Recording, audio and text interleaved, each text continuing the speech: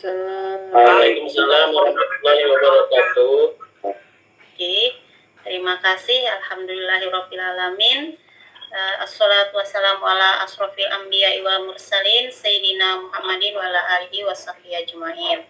Bapak Ibu yang saya hormati, pertama saya ucapkan terima kasih atas kehadirannya dalam virtual kita kali ini, di mana dalam kegiatan ini nanti kegiatan diseminasi tentang budaya positif Bapak Ibu ya. Baiklah, izin saya mau share screen.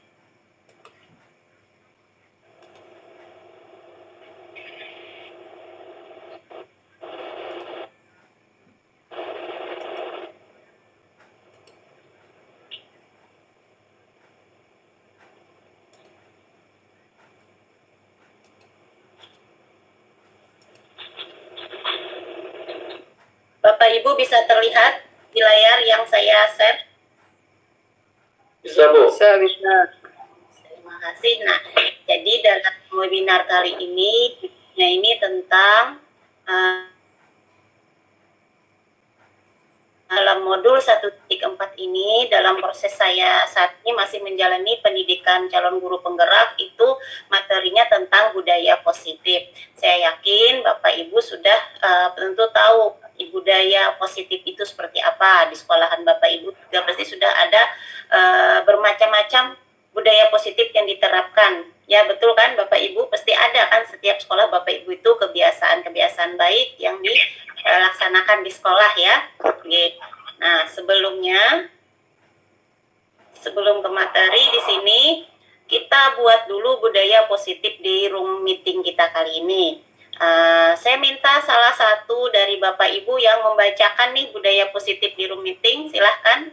Ibu Sipa mungkin bisa?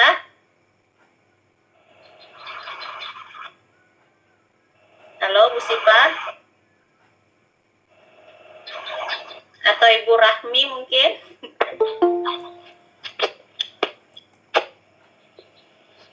Halo Ibu. Oke.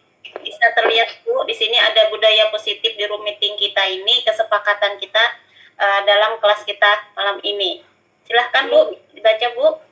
Iya Bu, bisa terlihat di sini budaya positif di room meeting. Yang pertama adalah hadir secara penuh, yang kedua saling menghargai dan menghormati, yang ketiga berpartisipasi dengan aktif dan teratur, kemudian boleh makan dan minum, jenis ringan, mengaktifkan kamera bagi yang memungkinkan, raise hand untuk memberikan tanggapan, dan mematikan mic kalau yang lain berbicara. Ya, Inggih. Terima kasih Bu Rahmi. Nah, itu Bapak Ibu kesepakatan yang saya tawarkan. Gimana Bapak Ibu? Apakah Bapak Ibu setuju atau ada yang ingin menambahkan? Atau mau seperti apa? Setuju ya? Sudah? Setuju. Oke. Baiklah. Kita lanjut ke slide selanjutnya. Nah, tadi sudah saya sampaikan bahwa tujuan diseminasi tentang budaya positif ini yaitu untuk menyampaikan informasi untuk memahami serta melaksanakan secara bersama penerapan budaya positif di sekolah dengan pendekatan teori kontrol untuk mewujudkan profil pelajar yang memiliki nilai-nilai kebajikan universal. Jadi tujuan diseminasi budaya positif ini yaitu untuk penyebaran kepada rekan-rekan, teman sejawat, sekolah, dan sebagainya, supaya dengan harapan nanti kita bisa menerapkan, melaksanakan dalam praktek di sekolah kita masing-masing. Bisa di lingkungan kelas, di rumah juga bisa Bapak Ibu kita praktekkan tentang bagaimana budaya positif ini, strateginya seperti apa. Baiklah, lanjut ke slide selanjutnya. Di sini budaya positif yang nanti akan saya sampaikan antara lain adalah yang pertama perubahan paradigma pembelajaran, kemudian disiplin positif, kemudian nanti ada teori motivasi, hukuman, penghargaan, dan restitusi, kemudian kebutuhan dasar manusia, posisi kontrol guru, keyakinan kelas, dan segitiga restitusi. Baiklah Bapak Ibu, sebelumnya saya ingin bertanya kepada Bapak Ibu, apakah hukuman itu dapat mendisiplinkan anak? Apakah Ibu setuju, Bapak Ibu? apakah hukuman itu bisa mendisiplinkan anak? Setuju. Setuju. Yang lain?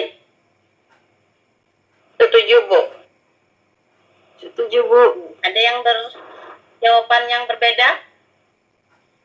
Setuju, tapi hukuman yang berbentuk mendidik, Bu. Oke, ada yang hukuman itu katanya bisa mendisiplinkan anak. Oleh hukuman yang positif juga dapat katanya mendisiplinkan anak. Kemudian apakah dengan pemberian hadiah juga dapat memberikan motivasi pada anak didik atau anak? Betul sekali, Bu. Bisa. Pemberian hadiah. Bisa ya, oke, baiklah. Dengan jawaban-jawaban itu nanti kita akan mengetahui seperti apa kalau kita menyatakan hukuman dapat mendisiplinkan anak, tapi hukuman yang seperti apa, yang baiklah, yang positif. Kemudian dengan pemberian hadiah juga bisa memberikan motivasi pada anak. Baiklah Bapak Ibu, kita lanjut ke seri selanjutnya. Perubahan paradigma. Paradigma cara pandang mindset kita. Perubahan paradigma di sini merupakan pergeseran antara stimulus respon menjadi teori kontrol. Jadi, bagaimana kita dulu memahami nanti supaya terwujudnya budaya positif di sekolah itu, kita buka dulu cara pandang kita terkait pembelajaran itu, yang asalnya dari stimulus respon menjadi teori kontrol. Pembelajaran dirancang berdasarkan prinsip pembelajaran yang berpihak kepada murid dan berdiferensiasi. Berpihak pada murid dan berdiferensiasi di sini artinya terpenuhinya kebutuhan belajar anak. Kemudian sehingga setiap murid akan belajar sesuai dengan kebutuhan dari tahap perkembangannya untuk menjadi manusia yang bisa meraih keselamatan dan kebahagiaan yang setinggi-tingginya di masa depan nanti. Kemudian bagaimana seorang itu bisa merubah dari paradigma stimulus respon kepada pendekatan teori kontrol. Nah, di sini ada pendapat dari Stephen R. Covey mengatakan bahwa bila kita ingin membuat kemajuan perlahan, sedikit-sedikit, ubahlah sikap atau perilaku Anda. Namun, bila kita ingin memperbaiki cara-cara utama kita, maka kita perlu mengubah kerangka acuan kita. Ubahlah bagaimana Anda melihat dunia, bagaimana Anda berpikir tentang manusia, ubahlah paradigma Anda, skema pemahaman dan penjelasan aspek-aspek tertentu dengan realitas. Bapak Ibu di sini bisa Bapak Ibu lihat stimulus respon dan teori kontrol. Yang tadi kita ubah paradigma kita terkait pembelajaran, bagaimana strategi kita dalam pembelajaran itu terkait nanti yang tujuannya menghasilkan kebudayaan positif.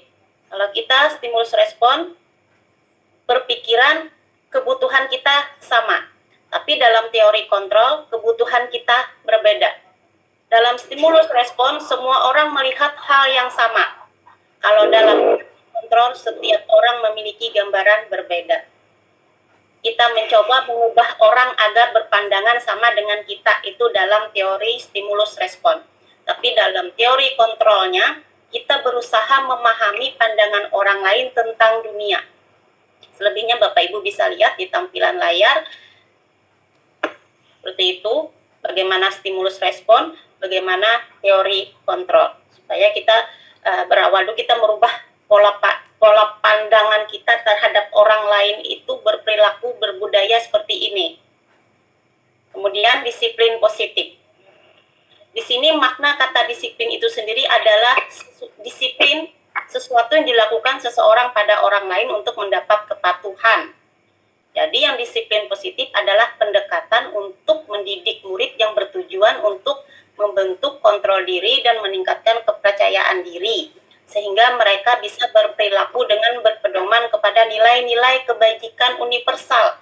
Apa nilai-nilai kebajikan universal? Yaitu sifat positif manusia, merupakan tujuan mulia yang ingin dicapai oleh setiap individu terlepas dari suku bangsa, bahasa, agama, pun latar belakang. Jadi dalam disiplin positif, membentuk kontrol diri, meningkatkan kepercayaan diri yang berpedoman pada nilai-nilai kebajikan universal. Nilai-nilai kebajikan universal untuk kita di satuan pendidikan yaitu profil pelajar Pancasila, itu yang lebih utamanya dalam kurikulum Merdeka diterapkan. Tapi tidak merubah kemungkinan nilai-nilai kebajikan yang lain juga bisa. Tapi kenapa di sini saya ambil saja nilai kebajikan dari profil pelajar Pancasila, karena saya merasa di sana dalam 6 dimensi sudah mencakup keseluruhan. Ada keimanan, ada rasa toleransi, gotong royong, kemandirian, kreativitas dan sebagainya. Jadi saya ambil di sini tentang nilai kebajikannya dalam aksi nyata yang saya laksanakan, sudah saya laksanakan adalah profil pelajar Pancasila. Lanjutnya masih tentang disiplin positif. Ki Hajar menyatakan bahwa untuk mencapai kemerdekaan atau dalam konteks pendidikan saat ini, untuk menciptakan murid yang merdeka, syarat utamanya adalah harus ada disiplin yang kuat. Disiplin yang dimaksud adalah disiplin diri yang memiliki motivasi internal. Motivasi internal, jika kita tidak memiliki motivasi internal, maka kita memerlukan pihak lain untuk mendisiplinkan kita, atau motivasi eksternal. Karena berasal dari luar, bukan dari dalam diri kita sendiri. Jadi sebagai pendidik, tujuan kita adalah menciptakan anak-anak yang memiliki disiplin diri sehingga mereka bisa berperilaku dengan mengacu pada nilai kebajikan dengan motivasi intrinsik, bukan ekstrinsik. Motivasi di sini terbentuknya disiplin budaya positif pada diri anak itu karena memang pengaruh dari dalam dirinya sendiri. Harapannya seperti itu, bukan karena pengaruh dari luar. Itu. Pengaruh dari luar itu bisa karena adanya tadi hukuman, mungkin adanya pemberian hadiah dan sebagainya. Nanti kita sampai ke materinya, Bapak Ibu ya. Nah, kemudian motivasi perilaku manusia. Nah, ini tadi yang saya tanyakan di awal, apakah hukuman dapat mendisiplinkan anak? Ada terkait di sini Bapak Ibu. Kemudian pemberian hadiah, apakah bisa memberikan motivasi gitu. Ini motivasi perilaku manusia. Dian Gossen dalam bukunya Restructuring School Discipline menyatakan ada 3 motivasi perilaku manusia. Jadi kita dalam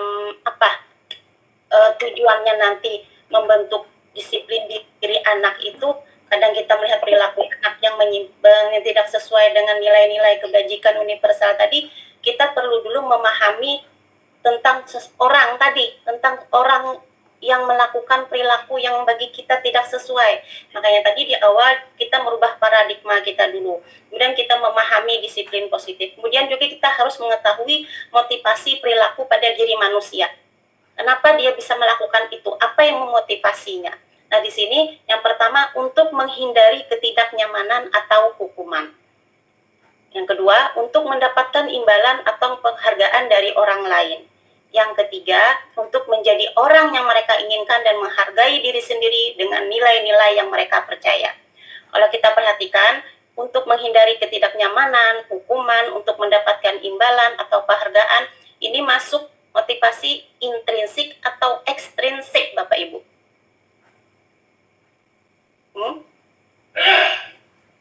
Motivasi ini yang mempengaruhinya dari luar kan?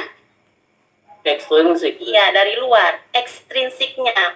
Yang nomor 3 ini berarti nah karena dia dari dalam diri, dia termotivasi melakukan itu karena memang dia sadar nilai dalam dirinya itu, dia berpikir. Tapi kalau yang untuk menghindari ketidaknyamanan atau hukuman, untuk mendapatkan imbalan atau penghargaan dari orang lain, berarti si orang ini melakukan sesuatu itu dia bisa saja karena dia supaya tidak dihukum. Kemudian supaya dia bisa dapat pengakuan, penghargaan, seperti itu Bapak Ibu. Misalnya dia mengerjakan tugas sekolahnya karena pengaruh motivasi ekstrinsiknya, dia takut kena hukuman. Kemudian dia mau mengerjakan tugas sekolahnya karena mengharapkan nilai dan sebagainya. Jadi kesadaran dari perilaku manusia itu tadi yang kalau dipengaruhi oleh motivasi dari ekstrinsiknya, nilai-nilai kebajikan itu sulit akan tertanam dalam diri orang tersebut. Selanjutnya ada hukuman, konsekuensi, dan restitusi. Hukuman. Tindak terhadap suatu pelanggaran pada umumnya berbentuk hukuman atau konsekuensi. Kalau hukuman itu pernah Bapak lakukan terhadap anak didik? Pernah. Nah, kalau konsekuensi sifatnya berarti Ada sebab akibat. Ya, bisa seperti itu, Bapak Ihsan ya. Nah, tindakan terhadap suatu pelanggaran pada umumnya berbentuk hukuman atau konsekuensi. Namun, di sini saya akan coba perkenalkan program disiplin positif yang dinamakan restitusi. Kadang kita menindak anak murid kita dengan tindakan berupa hukuman atau konsekuensi. Hukuman itu bisa jadi dari satu pihak. Konsekuensi itu karena kalau kamu seperti ini maka akibatnya seperti ini. Sebab akibat tadi seperti yang disampaikan oleh Pak Ihsan ya. Nah, di sini program disiplin positif suatu pendekatan yang dilakukan dengan restitusi. Apa restitusi tadi? Yaitu proses menciptakan kondisi bagi murid untuk memperbaiki kesalahan mereka sehingga mereka bisa kembali pada kelompok mereka dengan karakter yang lebih kuat. Jadi restitusi juga merupakan proses kolaboratif yang mengajarkan murid untuk mencari solusi untuk masalah mereka dan membantu murid tentang orang seperti apa yang mereka inginkan dan bagaimana mereka harus memperlakukan orang lain. Kolaborasi di sini antara guru dan murid. Jadi kalau program disiplin positif yang dinamakan restitusi ini pendekatan kepada murid itu bukan untuk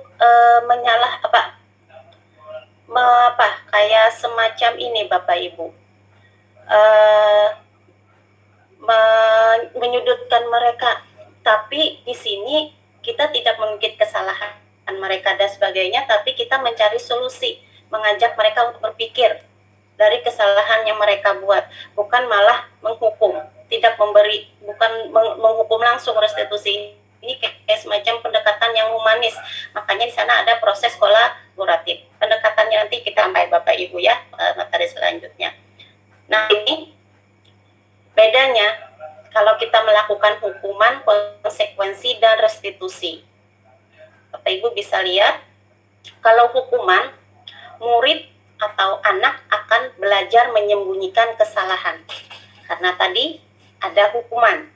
Kadang mereka kalau melakukan sesuatu tadi karena tak untuk termotivasi karena mau menghindari suatu hukuman, bila mereka melakukan kesalahan, mereka akan menjadi orang yang kadang tidak jujur, menyembunyikan kesalahannya. Kemudian kalau konsekuensi tadi seperti apa? Yang kata Pak Ihsan tadi ya. Jadi murid anak akan belajar taat peraturan. Kalau peraturannya nggak ada, ya mereka tidak merasa nggak jadi masalah kalau melakukan perilaku yang salah gitu. Nah, kalau restitusi ini, disiplin yang melalui pendekatan restitusi, murid atau anak belajar memecahkan masalahnya sendiri.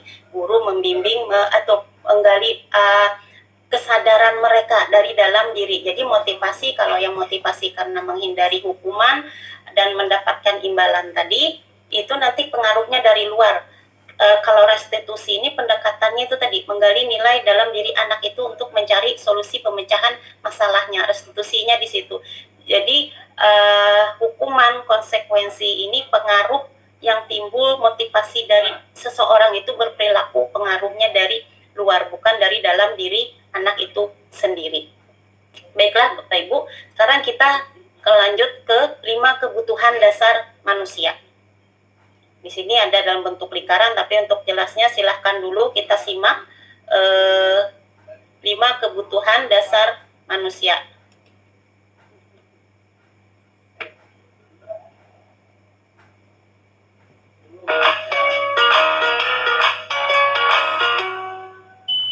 Salam dan bahagia Ibu dan Bapak guru hebat.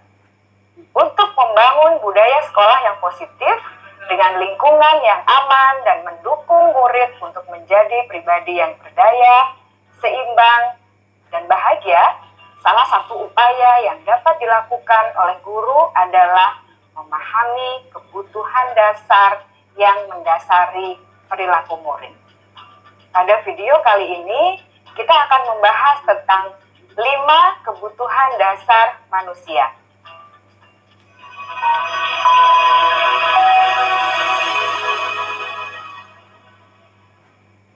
Ki Hajar Dewantara dalam salah satu kutipannya menyatakan, kita ambil contoh perbandingannya dengan hidup tumbuh-tumbuhan.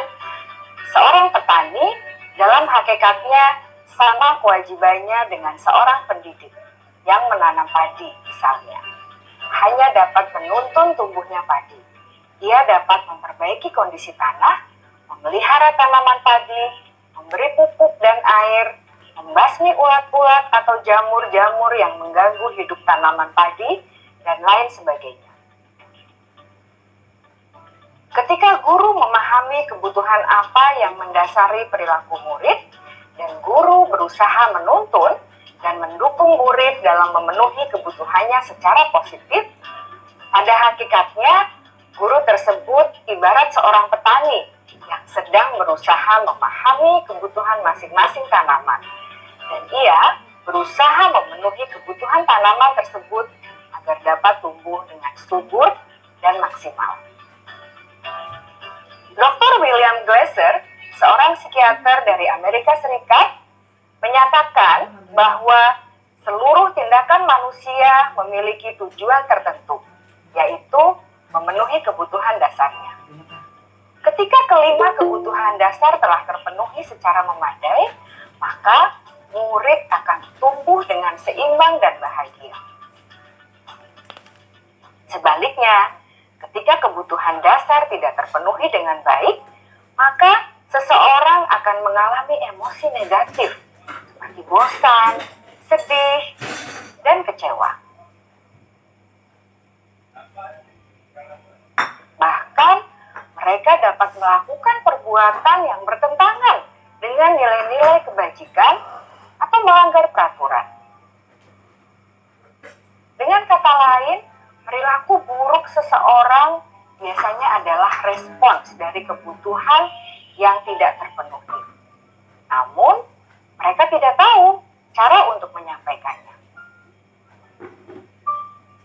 Ada 5 kebutuhan dasar manusia menurut Dr. William Glasser, yaitu yang pertama, kebutuhan untuk bertahan hidup atau survival.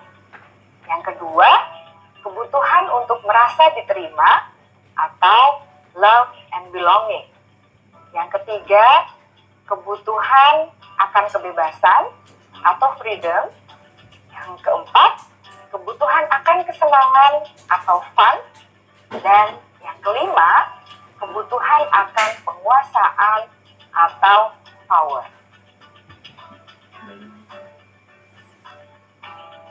Kebutuhan dasar yang pertama adalah kebutuhan yang bersifat fisiologis untuk bertahan hidup atau survival. Misalnya, kesehatan, rumah, dan makanan. Kebutuhan biologis sebagai bagian dari proses reproduksi, termasuk kebutuhan untuk tetap bertahan hidup. Kebutuhan untuk merasa aman juga termasuk dalam kebutuhan ini.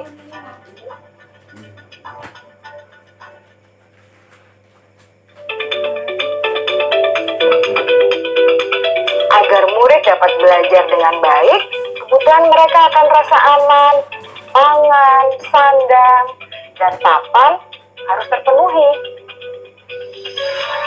Bagaimana mungkin mereka dapat belajar dengan baik bila mereka datang ke sekolah dengan perut yang lapar atau bila rumah mereka kebanjiran?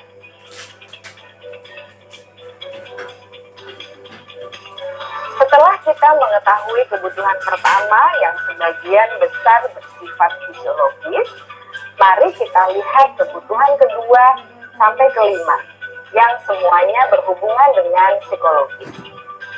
Mari kita lihat kebutuhan yang kedua, yaitu kebutuhan akan perasaan diterima oleh kelompok atau komunitasnya, atau kebutuhan love and belonging. Kebutuhan ini meliputi keinginan untuk tetap terhubung dengan orang lain, seperti teman, keluarga, teman kerja, dan kelompok di mana kita tergabung. Setiap murid ingin menjadi bagian yang berharga dari kelas dan juga sekolah.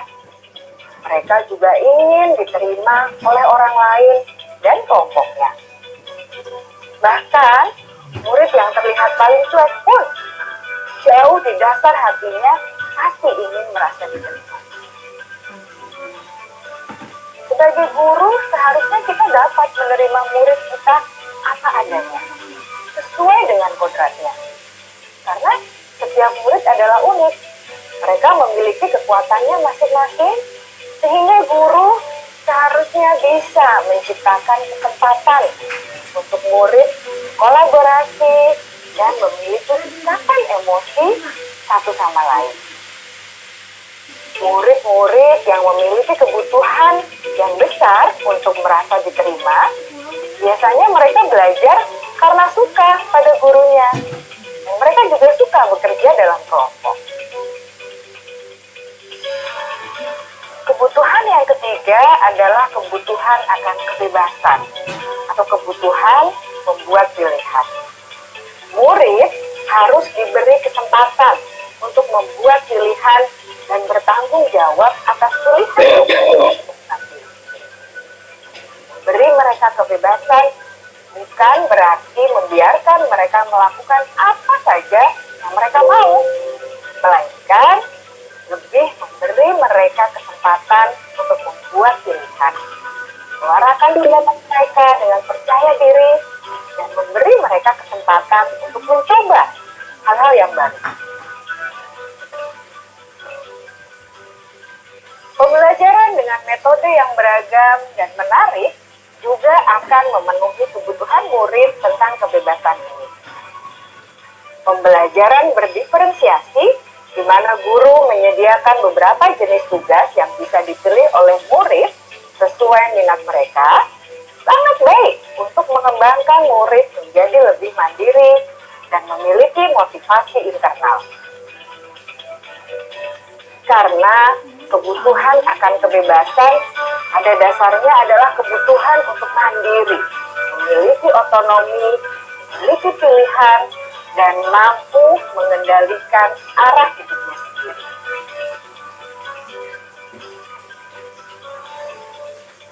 Kebutuhan yang keempat adalah kebutuhan akan kesenangan. Bayangkan Bapak Ibu, hidup tanpa rasa senang. Betapa menyedihkannya. Glasser menghubungkan kebutuhan akan kesenangan dengan belajar. Jangan sepelekan kebutuhan murid untuk merasa senang di kelas. Sebagai guru, jangan ragu-ragu untuk dengan sengaja memasukkan kegiatan yang menyenangkan dalam kelas. Murid-murid dengan kebutuhan dasar kesenangan yang tinggi ingin menikmati apa yang mereka lakukan. Mereka juga konsentrasi tinggi saat mengerjakan hal-hal yang disenangi.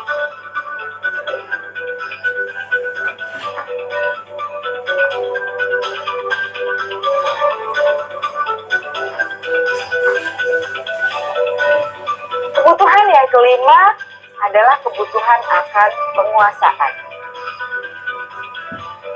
Setiap murid memiliki kebutuhan untuk merasa kompeten,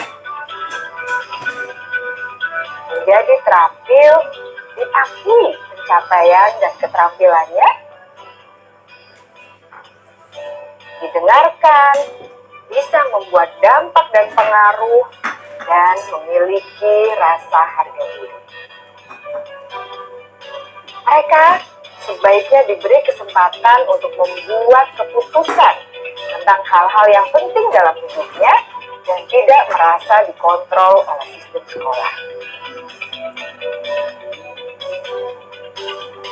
Pada murid yang telah menginjak usia remaja, seringkali mereka merasa tidak memegang kendali atas kehidupannya sendiri, karena guru kerap kali berpengaruh dalam mengambil keputusan. Murid-murid yang memiliki kebutuhan dasar akan penguasaan yang tinggi biasanya selalu ingin menjadi pemimpin. Mereka juga suka mengamati sebelum mencoba hal-hal yang baru. Mereka juga perfeksionis dan merasa kecewa bila melakukan kesalahan.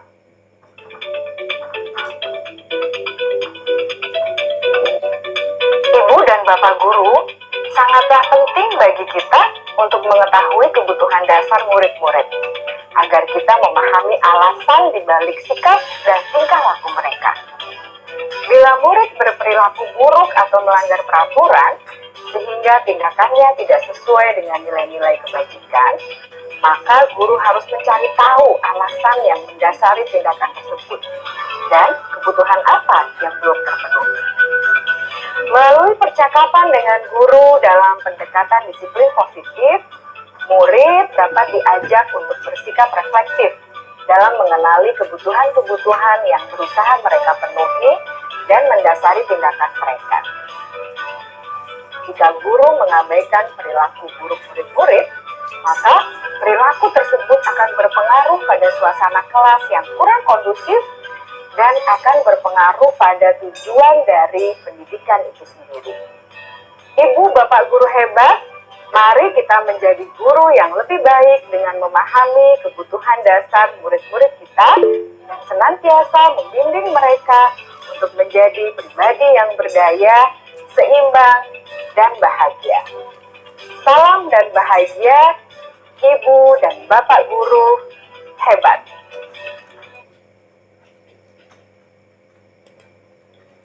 Baiklah Bapak Ibu, tadi kita sudah lihat bersama video tentang 5 kebutuhan dasar pada manusia. Jadi kadang kita temui berbagai macam perilaku keunikan anak didik kita. Bisa jadi mereka itu berperilaku karena sebab diantara dari 5 kebutuhan yang tadi disampaikan Bapak Ibu ya. Jadi tadi langkah baiknya ini sebagai pengetahuan kita bahwa perilaku anak yang ditimbulkan itu pasti ada dasar motivasinya apa kebutuhan dia sebenarnya yang dia ingin capai, sehingga perilaku itu menjadi hadir dalam dirinya, dikeluarkan dalam bentuk perilaku, padahal dia ingin ada kebutuhan dasar yang dalam dirinya yang ingin dia capai. Itu kebutuhan dasar tadi, bertahan hidup, rasa diterima, kebutuhan untuk pengakuan, kemudian kebutuhan untuk kesenangan, kebebasan. Nah, itu yang perlu kita ketahui dulu bagi anak-anak kita. Kemudian lagi di sini ada posisi kontrol. Posisi kontrol restitusi tadi. Melalui serangkaian riset dan berdasarkan pada teori kontrol Dr. William Glasser, berkesimpulan ada 5 posisi kontrol yang diterapkan seorang guru, orang tua, ataupun atasan dalam melakukan kontrolnya. Apa kelima posisi tersebut? Bapak Ibu bisa lihat di sini ada posisi kontrol sebagai penghukum. Kemudian posisi kontrol pembuat rasa bersalah. Posisi kontrol sebagai teman, kemudian sebagai pemantau dan manajer. Seorang penghukum. Kalau posisi sebagai seorang penghukum, biasanya menggunakan hukuman fisik maupun verbal. Orang yang menjalankan posisi penghukum ini senantiasa mengatakan bahwa sekolah itu memerlukan sistem atau alat yang dapat lebih menekan murid-murid lebih dalam. Biasanya guru yang menerapkan posisi sebagai penghukum ini akan berkata, patuhi aturan saya atau awas, kamu selalu saja yang salah. Pasti selalu yang terakhir, selesai. Biasanya seperti itu. Atau kadang-kadang ada, langsung sana cepat, lari keliling lapangan 10 kali. Nah, itu adalah posisi sebagai penghukum. Nah, guru seperti ini senantiasa percaya hanya ada satu cara agar pembelajaran bisa berhasil, yaitu dengan cara dia. Disebut dengan tadi sebagai posisi sebagai penghukum, kontrolnya Bapak Ibu ya. Nah, kemudian di sini pembuat merasa bersalah. Posisi kontrol sebagai di sini pembuat merasa bersalah. Biasanya guru akan bersuara lebih lembut. Pembuat merasa bersalah ini akan menggunakan keheningan atau membuat orang lain merasa tidak nyaman, bersalah atau rendah hati. Kata-kata yang keluar dengan lembut akan seperti membuat merasa bersalah ini Bapak Ibu ya. Biasanya guru berkata, Ibu sangat kecewa sekali dengan kamu. Berapa kali Bapak harus memberitahu kamu ya? Gimana coba kalau orang tua kamu tahu kamu berbuat begini? Nah, nadanya memang tidak kasar Bapak Ibu ya, lembut saja. Tapi kalau kalimat seperti ini kita sampaikan kepada murid kita, anak-anak kita, maka di posisi ini murid akan memiliki penilaian diri yang buruk tentang diri mereka. Mereka merasa tidak berharga, dan telah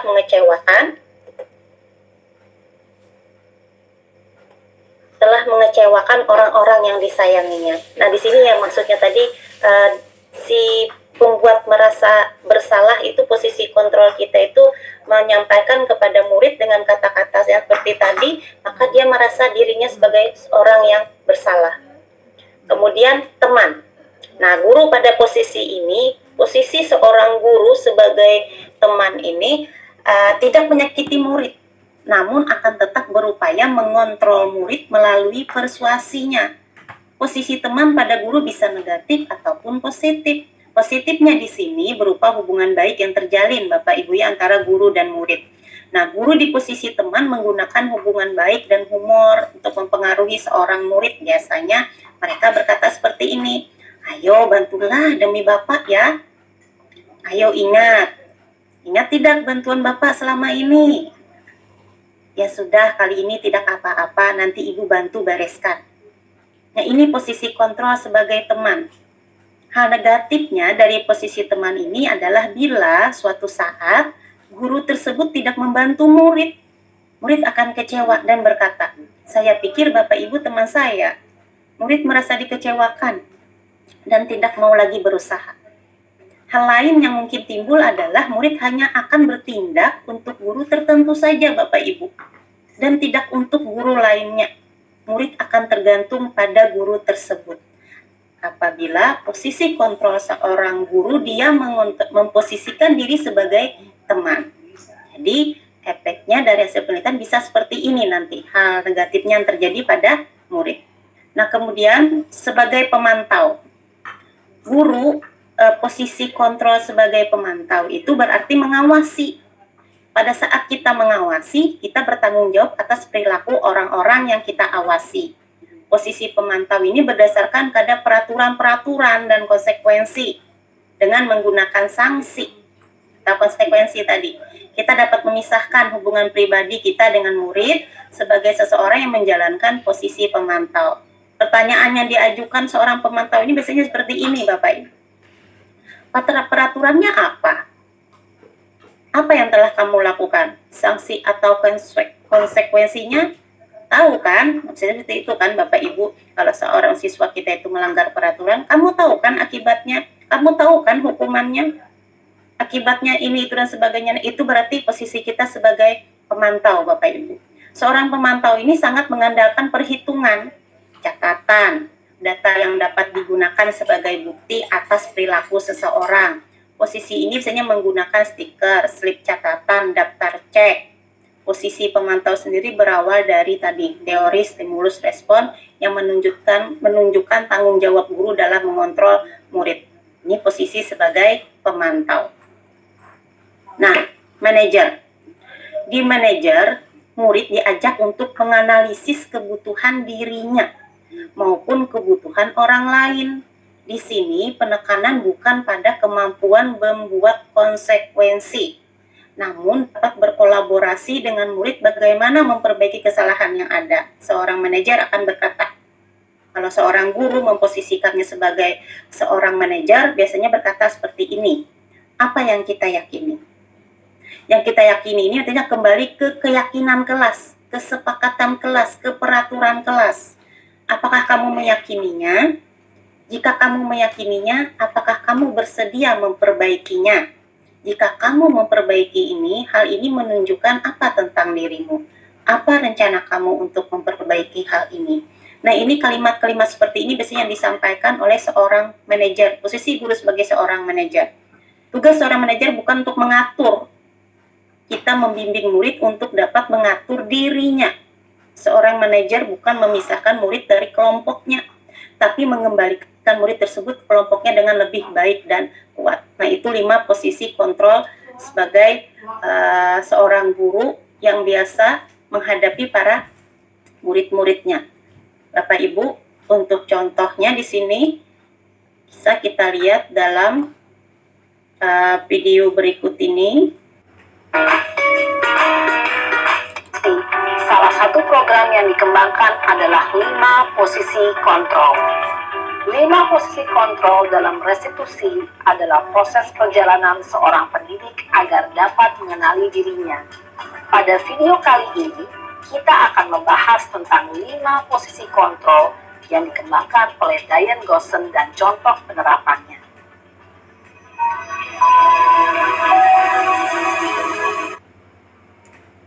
Satu, posisi manajer.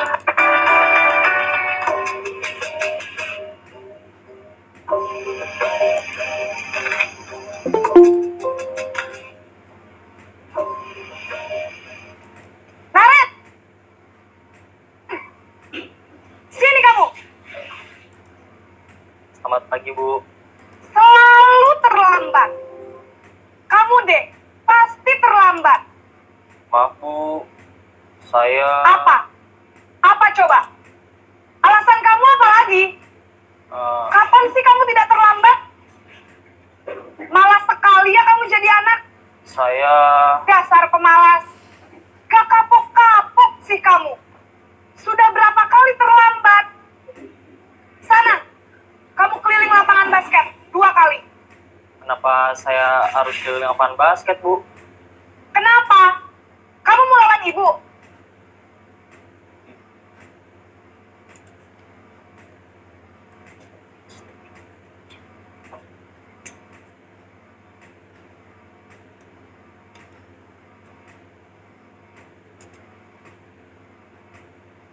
Kapan sih kamu tidak terlambat? Malas sekali ya kamu jadi anak. Saya... Dasar pemalas. Gak kapok-kapok sih kamu. Sudah berapa kali terlambat? Sana, kamu keliling lapangan basket 2 kali. Kenapa saya harus keliling lapangan basket, Bu? Kenapa? Kamu mau lawan ibu? Berani-beraninya jawab. Sudah terlambat, masih berani jawab pula. Sekarang, keliling lapangan basket 5 kali sekalian. Biar kapok. Cepat. Pergi sana ke lapangan basket. Posisi hukum biasanya berbicara dengan nada tinggi, menghardik, menunjuk-nunjuk, menyakiti, dan menyindir. Hukuman bisa berupa fisik maupun psikis. Ibu dan bapak guru hebat. Dampak yang terjadi pada murid ketika guru berada pada posisi penghukum adalah murid cenderung akan memberontak, bahkan menyimpan dendam.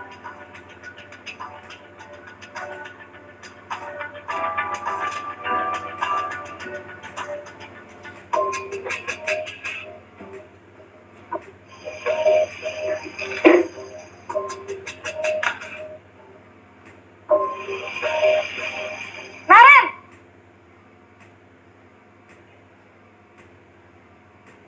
Selamat pagi, Bu. Naren, kamu kenapa terlambat lagi, nak? Ya Tuhan, Naren. Kamu senang ya bikin ibu susah ya? Kalau kamu terlambat lagi, nanti ibu yang ditegur bapak kepala sekolah, nak. Disangka ibu tidak bisa membina kamu. Duh, gimana ini? Maaf, Bu. Duh, Gusti Naren. Kamu suka ya kalau ibu ditegur bapak kepala sekolah? Terus, sekarang ibu harus tulis apa ini di buku absen? Ini kamu sudah sering terlambat loh. Ibu harus apa coba? Maaf, Bu. Maaf sekali. Ya sudah, lain kali jangan bikin ibu susah lagi ya, nak ya. Ibu tidak akan kuat lagi kalau kamu begini terus.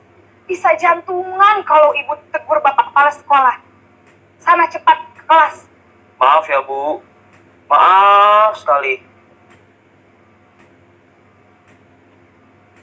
Posisi pembuat rasa bersalah berbicara dengan nada tenang, cenderung lembut.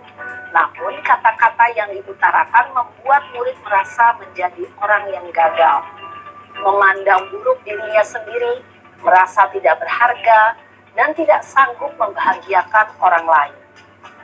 Ketika guru mengambil posisi pembuat rasa bersalah, murid akan menganggap dirinya yang bersalah dan ia akan menyimpan emosi negatif tersebut di dalam dirinya.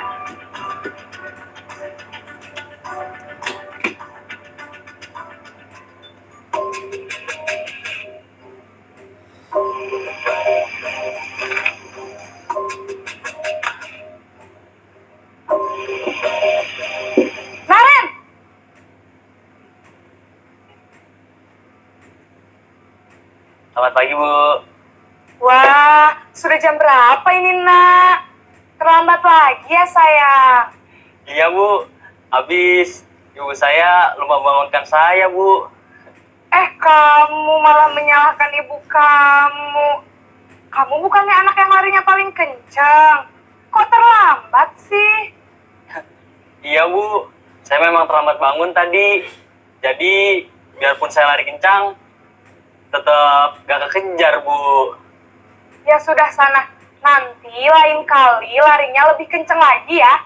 Biar gak terlambat lagi. Bikin seneng ibu. Demi ibu. Bisa kan? Bisa lah, Bu. Ya sudah sana masuk kelas. Ibu beresin urusan absen kamu. Kamu ini ada-ada saja. Dalam posisi teman, guru berbicara dengan nada suara ramah, akrab, cenderung bersendal gurau untuk menjaga suasana tetap santai. Murid akan merasa senang, aman, dan akrab dengan guru. Identitas yang tercipta adalah identitas sukses atau berhasil.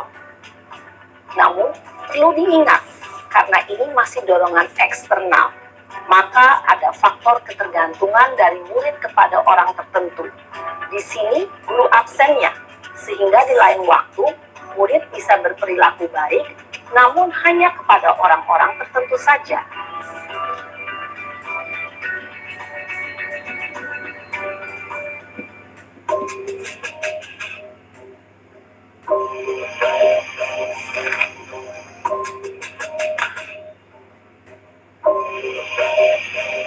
Naren!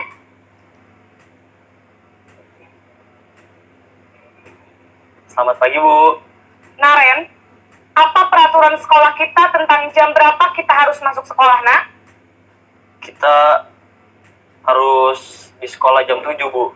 Iya, betul. Sekarang sudah jam 7.20. Naren sudah tahu konsekuensinya jika terlambat hadir. Paham, Bu. Saya harus tinggal kelas pas jam istirahat selama 20 menit. Iya, benar. Konsekuensinya demikian. Jadi nanti jam 9.30, pas istirahat, kamu harus tinggal di kelas, kerjakan tugas tambahan untuk ketertinggalan kamu, ya? Baik, Bu.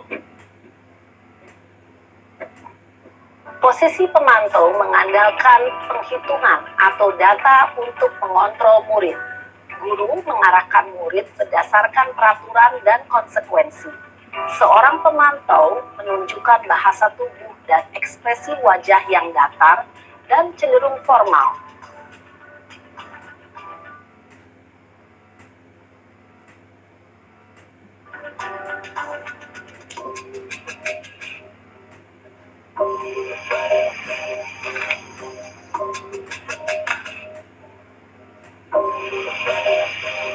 Naren!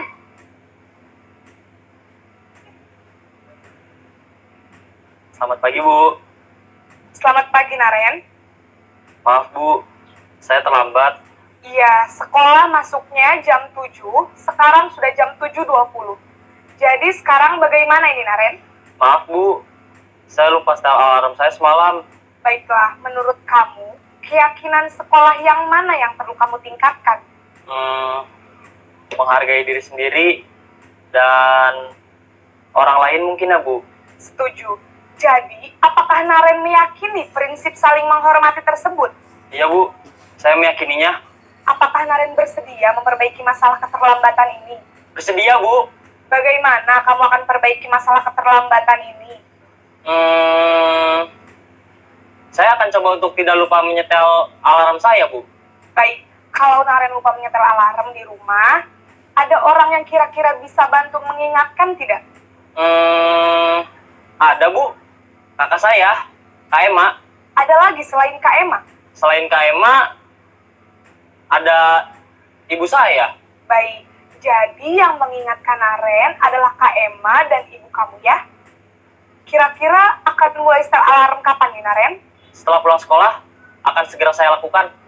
Baik, jadi Naren akan setel alarm untuk bangun besok pagi dan akan diingatkan oleh kakak dan ibunda Naren ya. Ada lagi yang mungkin perlu dilakukan, Naren? Agar tidak terlambat bangun lagi. Tidak ada, Bu. Baik, Naren. terima kasih untuk kerjasama kamu. Sekarang kamu perlu kembali ke kelas untuk belajar. Baik Bu, terima kasih. Nah, baiklah Bapak Ibu, itu tadi tentang contoh bagaimana posisi kontrol seorang guru terhadap muridnya. Ada 5 tadi Bapak Ibu ya, penghukum, pembuat rasa bersalah, teman, pemantau, dan yang terakhir manajer. Mungkin di antara kita tentu pernah kita melakukan posisi sebagai penghukum, pembuat bersalah, teman juga tentu, pemantau pasti, karena kita ada peraturan yang tadi pemantau itu ada konsekuensinya. Nah, manajer. Kalau posisi manajer ini Bapak Ibu di dalamnya itu kadang termasuk posisi teman dan pemantau ini. Tapi dalam posisi manajer ini lebih ini Bapak Ibu ya, pendekatannya itu tadi yang seperti humanis, dan kita itu di sana untuk mencari solusi, bukan untuk menebus kesalahan dengan cara penghukum. Karena tadi seperti dijelaskan dalam video, posisi penghukum, pembuat rasa bersalah sampai pemantau tadi itu ada masih ini pengaruh motivasi perilaku yang ingin kita harapkan hadir dari murid itu nanti masih pengaruh yang bersifat eksternal, bukan internal. Nah, di dalam sifat posisi kontrol manajer ini yang nanti diharapkannya nanti kita membangun kesadaran siswa itu yang pengaruh motivasi perilaku anak itu adalah pengaruh dari dirinya sendiri. Pengaruh tadi motivasi internalnya, itu yang diharapkan.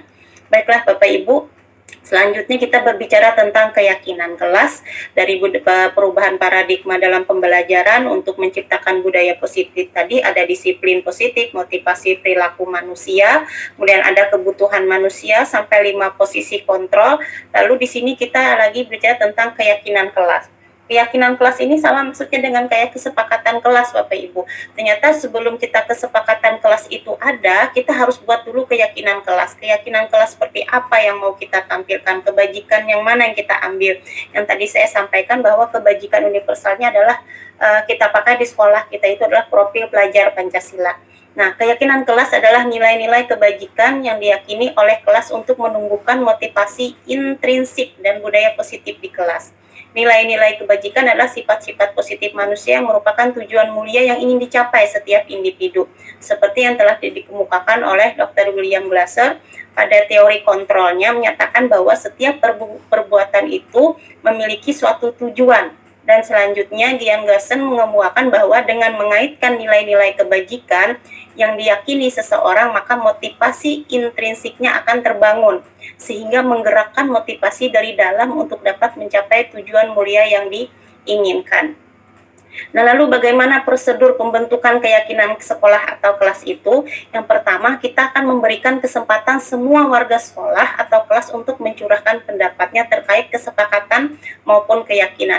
Jadi dalam membuat suatu kesepakatan keyakinan tadi tidak boleh dari satu pihak saja, dari guru, harus orang tua, harusnya juga hadir, siswa di sana ada kayak semacam curah pendapat, mengeluarkan pendapatnya masing-masing.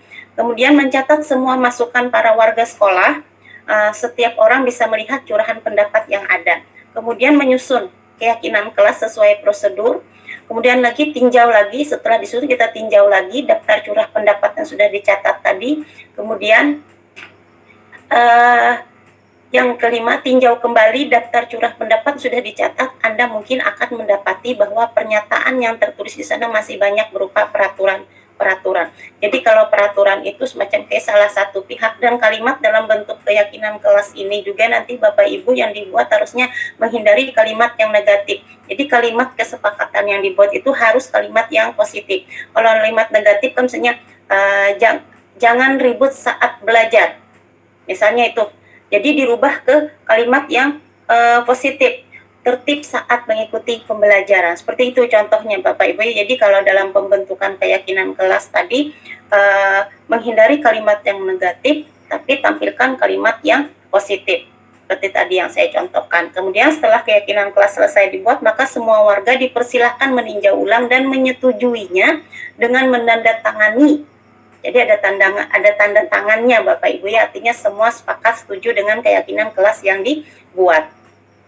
Nah, ya ini peraturan contoh ya Bapak Ibu ya, nilai kebajikan yang dituju misalnya di kelas, dibuat kesepakatan kelasnya kembalikan barang ke tempatnya. Nilai kebajikan apa yang dituju? Artinya di sana ada bertanggung jawab. Misalnya berdoa sebelum dan sesudah belajar, nilai kebajikan apa dari profil pelajar Pancasila? Oh, beriman dan bertakwa terhadap Tuhan Yang Maha Esa. Seperti itu Bapak Ibu contohnya. Di sini Bapak Ibu juga bisa lihat dari tabel yang saya tampilkan, peraturan seperti ini, tujuan nilai kebajikannya apa? Ya, Bapak Ibu ya. Nah, di sini aksi nyata yang saya buat terkait keyakinan kelas untuk mewujudkan budaya positif di kelas. Menciptakan disiplin positif, aksi nyata yang saya lakukan yaitu pembuatan keyakinan kelas dengan nilai kebajikan universal profil pelajar Pancasila. Ini dokumentasi yang saya lakukan. Ada sosialisasi tentang budaya positif, tentang pembentukan kesepakatan kelas dengan rekan sejawat sesama guru di sekolah, kemudian dengan para siswa juga ada, saya lakukan sosialisasi terhadap siswa tentang pembentukan keyakinan kelas, budaya positif di kelas. Jadi beberapa kegiatan, jadi karena profil pelajar Pancasila itu ada 6 dimensi, jadi saya bagi dalam kelas itu 6 kelompok, setiap kelompok membahas satu elemen dimensi profil profil pelajar Pancasila, kemudian mereka menyampaikan pendapatnya, di sana terjadi diskusi yang mana kesepakatan yang diambil.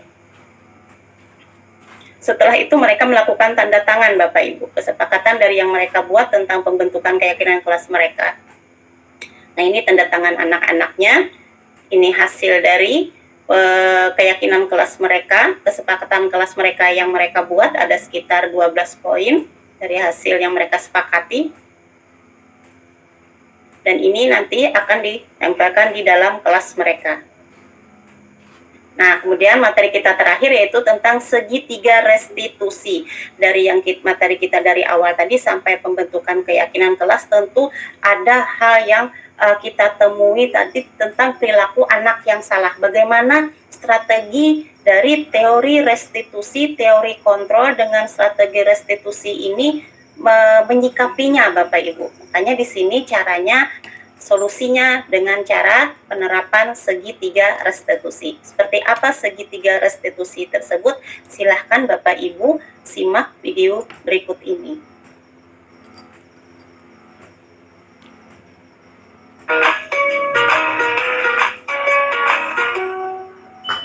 Salam dan bahagia Ibu dan Bapak guru hebat.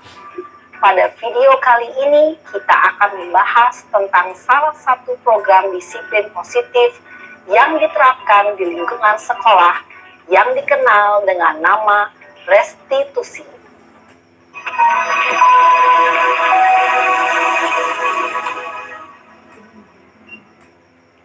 Restitusi dikembangkan oleh pakar pendidikan Diane Gosling, berlandaskan pada teori kontrol Dr. William Glasser. Segitiga restitusi adalah suatu proses dialog yang dijalankan oleh guru atau orang tua agar dapat menghasilkan murid yang mandiri dan bertanggung jawab. Pada saat guru di posisi manajer, aspek yang dikembangkan pada murid adalah motivasi intrinsik, sehingga penanaman nilai-nilai kebajikan dapat tumbuh dan berkembang menjadi suatu kebiasaan positif yang akhirnya membentuk karakter murid. Proses dialog ini terdiri dari 3 langkah yang digambarkan pada ketiga sisi pada segitiga restitusi. Sisi pertama adalah menstabilkan identitas. Sisi yang kedua adalah validasi tindakan yang salah. Dan sisi yang ketiga adalah menanyakan keyakinan. Ibu dan Bapak guru, berikut ini akan ditunjukkan bagaimana seorang guru berada dalam posisi manajer menggunakan penerapan segitiga restitusi.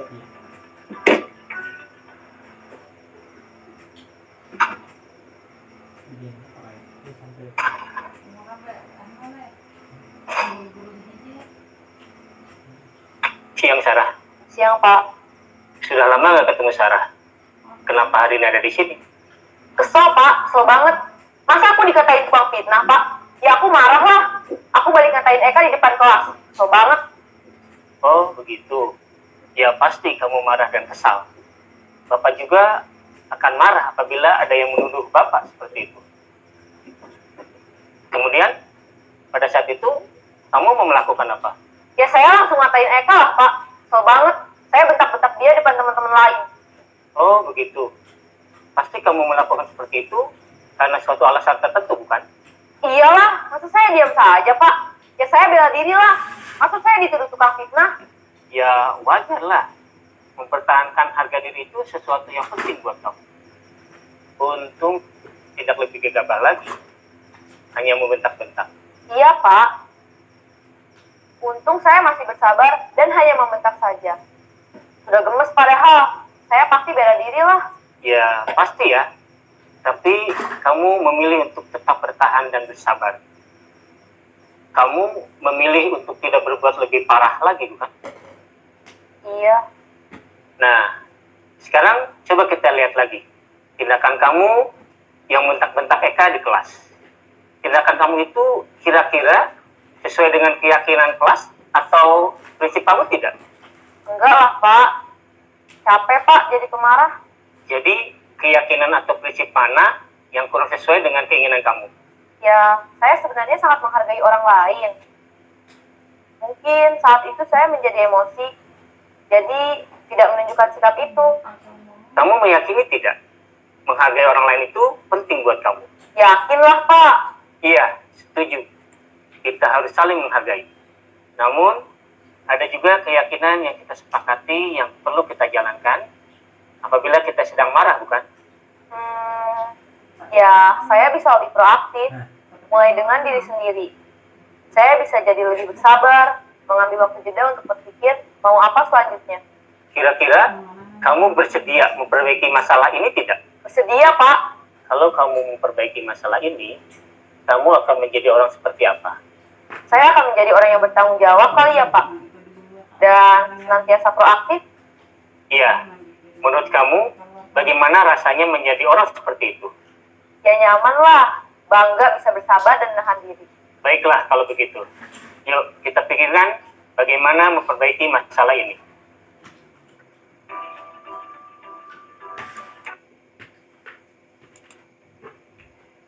Nah, Bapak Ibu, tadi contoh dalam penerapan segitiga restitusi. Kalau Bapak Ibu lihat tadi ada menstabilkan identitas, seperti apa seorang guru itu menstabilkan identitas seorang muridnya ketika murid itu melakukan kesalahan. Kemudian ada lagi validasi tindakan juga, bagaimana guru mengatur kalimatnya, mengatur pembicaraannya secara tepat terhadap siswanya untuk memvalidasi tindakan yang salah dari murid. Kemudian yang terakhir baru menanyakan keyakinan. Nah, Bapak Ibu, seperti ini gambarnya, bisa Bapak Ibu lihat. Masih terlihat Bapak Ibu yang saya share? Bu, ya. Oke. Dari menstabilkan identitas ini, Inggi, bisa dilihat kalimatnya. Kamu bukan satu-satunya orang yang pernah melakukan ini. Misalnya kalimat seperti itu, Bapak Ibu. Setiap orang pasti pernah melakukan. Nah, ini masih di bagian menstabilkan identitas. Kemudian lagi ke validasi tindakan yang salah tadi. Nah, kamu pasti punya alasan nih kenapa kamu melakukan ini ya. Misalnya seperti itu kepada murid kita. Adakah iya misalnya saya senang melakukan ini, tapi untuk mewujudkan kesenanganmu itu mungkin bisa dengan cara lain ya. Nah, itu contoh-contoh kalimat dalam bentuk validasi tindakan yang salah. Nah, kemudian menanyakan keyakinan. Menanyakan keyakinan kelas apa yang telah kita sepakati, atau kira-kira kamu tahu kan seperti apa peraturan sekolah kita, keyakinan sekolah kita. Nah, di situ kita sudah mengarah kepada menanyakan keyakinan. Dari menstabilkan identitas, validasi tindakan, menanyakan keyakinan. Di menanyakan keyakinan inilah yang restitusinya kita itu untuk mencari solusi bersama dengan murid. Kita membimbing dia bagaimana untuk menggali dia bisa mau berpikir nilai kebajikan apa nih yang aku langgar, lalu aku harus seperti apa untuk memperbaikinya. Jadi di bagian menanyakan keyakinan ini Bapak Ibu. Nah, di sini konsep 3 restitusi, menstabilkan identitas. Di sini saya buat rangkuman kalimatnya seperti ini Bapak Ibu ya. Nah, kalau yang menstabilkan identitas ini bagian dasar dari segitiga restitusi bertujuan untuk mengubah identitas anak dari yang gagal karena melakukan kesalahan menjadi orang yang sukses. Anak yang melanggar peraturan karena sedang mencari perhatian. Mencari perhatian tadi Bapak Ibu bisa jadi karena ada kebutuhan dasar di sana. Adalah anak yang sedang mengalami kegagalan. Jadi di sana kita harus betul-betul memahami anak didik kita.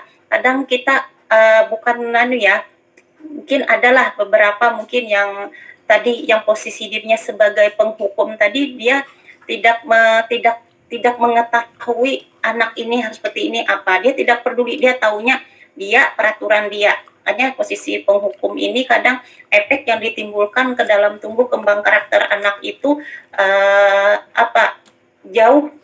jauh membaik, kadang jadi bersifat ke karakter yang kurang baik itu Bapak Ibu. Kemudian yang validasi tindakan yang salah. Setiap tindakan kita dilakukan dengan suatu tujuan, yaitu memenuhi kebutuhan dasar. Nah, dari kebutuhan dasar yang tadi sudah saya sampaikan itu yang bisa menimbulkan perilaku orang tersebut.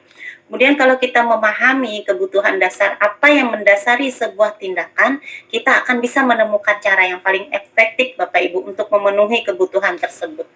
Seperti tadi contohnya, kamu melakukan ini tentu ada alasan bukan? Misalnya seperti itu tadi. Ya, saya Pak, marah karena saya dibilangin dipitnah. Ya wajar kan kalau orang itu membela diri itu bagus, tapi kita menyampaikan pembelaan diri kita itu kan bisa dengan cara yang seperti apa harusnya. Nah, di situ validasi tindakan sudah mengarah ke menanyakan keyakinan Bapak Ibu kalau kalimatnya sudah seperti itu. Nah, kemudian yang ketiga, teori kontrol menyatakan bahwa kita pada dasarnya termotivasi secara internal. Ketika identitas sukses telah tercapai, identitas sukses tercapai yang langkah 1 sampai langkah 2 tadi, maka anak akan siap untuk dihubungkan dengan nilai-nilai yang dia percaya dan berpindah menjadi orang yang dia inginkan. Jadi konsep segitiga restitusi ini sangat bagus Bapak Ibu kita terapkan kepada anak-anak didik kita dengan cara tadi ubah paradigma kita terhadap pembelajaran itu seperti apa, kita pahami betul-betul disiplin positif itu seperti apa, motivasi perilaku manusia kita juga harus ketahui, kebutuhan dasar manusia tadi juga kita harus pahami dulu, kita pahami lalu posisi kontrol diri kita ini sebagai guru harus seperti apa. Apakah aku harus sebagai penghukum terhadap didikku, aku sebagai teman, aku sebagai pembuat merasa bersalah, pemantau, atau sebagai manajer. Nah, lalu tadi juga ada pembentukan keyakinan kelas supaya lebih menguatkan karakter anak di lingkungan sekolah. Nah, yang terakhir, segitiga restitusi ini tadi sebagai solusi strategi dalam menyikapi berbagai macam kendala kita yang kita hadapi terhadap perilaku-perilaku anak didik kita, Bapak Ibu. Nah, ini materi terakhir dari saya, tapi sebelum saya tutup, ada yang ingin ditanyakan dulu Bapak Ibu terkait dengan budaya positif di sekolah, dari motivasi perilaku manusia, kebutuhan manusia tadi, sampai kepada segitiga restitusi. Apa bisa dipahami dari yang saya sampaikan, atau ada yang ingin menambahkan dan sebagainya? Silakan Bapak Ibu, ada?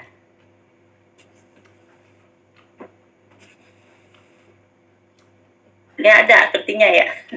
Halo, assalamualaikum.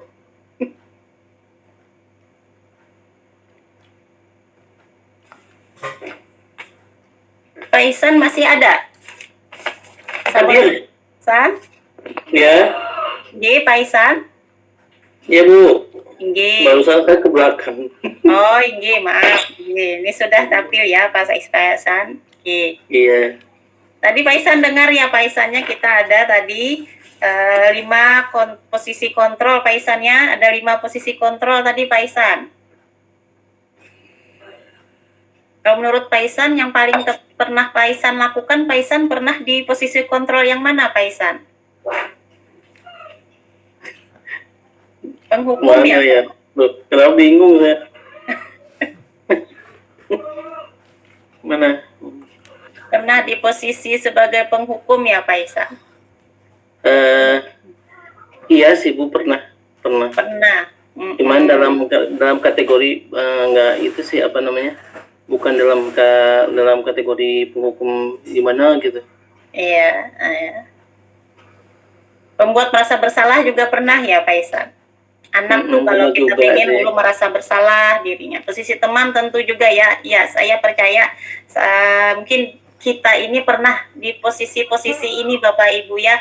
Tapi tadi saya harapkan bagaimana cara kita pendekatan terhadap anak didik kita itu secara humanis, yaitu dalam posisi kontrol sebagai manajer. Karena sebagai Betul. manajer ini ketika memposisikan kita dalam menghadapi perilaku anak yang salah dengan kita menerapkan segitiga restitusi, insya Allah perubahan perilaku itu akan kita dapat. Karena saya sudah menerapkan itu terhadap anak didik saya, Bapak. Jadi kadang berhasil, kadang tidak, itu wajar lah. Jadi itulah tantangan kita terhadap anak-anak didik kita. Kalau kita tidak mau berusaha, tidak mau gigih berusaha menjadi seorang pendidik, siapa lagi yang mau memperhatikan mereka? Begitu ya Bapak Ibu. Terima kasih Bapak Ibu. Kalau sudah dirasa cukup dari materi yang saya sampaikan ini,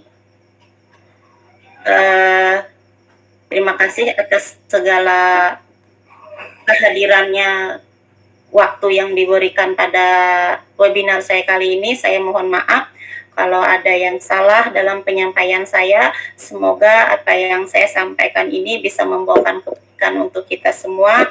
Kita coba Bapak Ibu ya, kita coba terapkan secara perlahan, mungkin dari lingkungan kelas kita dulu, dari kalau Bapak Ibu sebagai wali kelas bisa Bapak Ibu terapkan di kelas Bapak Ibu gitu. Semoga ini bisa membantu kita dalam menghadapi berbagai perilaku keunikan anak didik kita sekarang. Jadi ketika ada kesalahan anak didik kita, kita itu mengambil tindakan juga tidak menyalahi aturan dan hukum Bapak Ibu ya. Karena sekarang guru, murid, orang tua ada kadang berkasus lain dan sebagainya. Jadi kalau menyikapi hal itu kita tidak harus memandang dari satu arah. Semua itu harus dikuatkan positif, dikuatkan budaya positifnya, baik dari muridnya, baik dari orang tua murid maupun dari guru itu sendiri, supaya kita sama-sama bisa memahami budaya positif apa yang diharapkan. Maka ketiga unsur ini saya rasa harus diberikan penguatan semuanya supaya tujuan dari pendidikan itu bisa dicapai, sehingga tadi karakter anak didik kita yang kita harapkan itu bisa sesuai dengan nilai-nilai luhur Pancasila, yaitu profil pelajar Pancasila. Salah satu strateginya tadi yaitu dengan penerapan segitiga restitusi tadi. Terima kasih Bapak Ibu atas segala perhatiannya. Sekali lagi mohon maaf. Semoga ini bisa membawa kebaikan untuk kita semua. Saya akhiri. Assalamualaikum warahmatullahi wabarakatuh.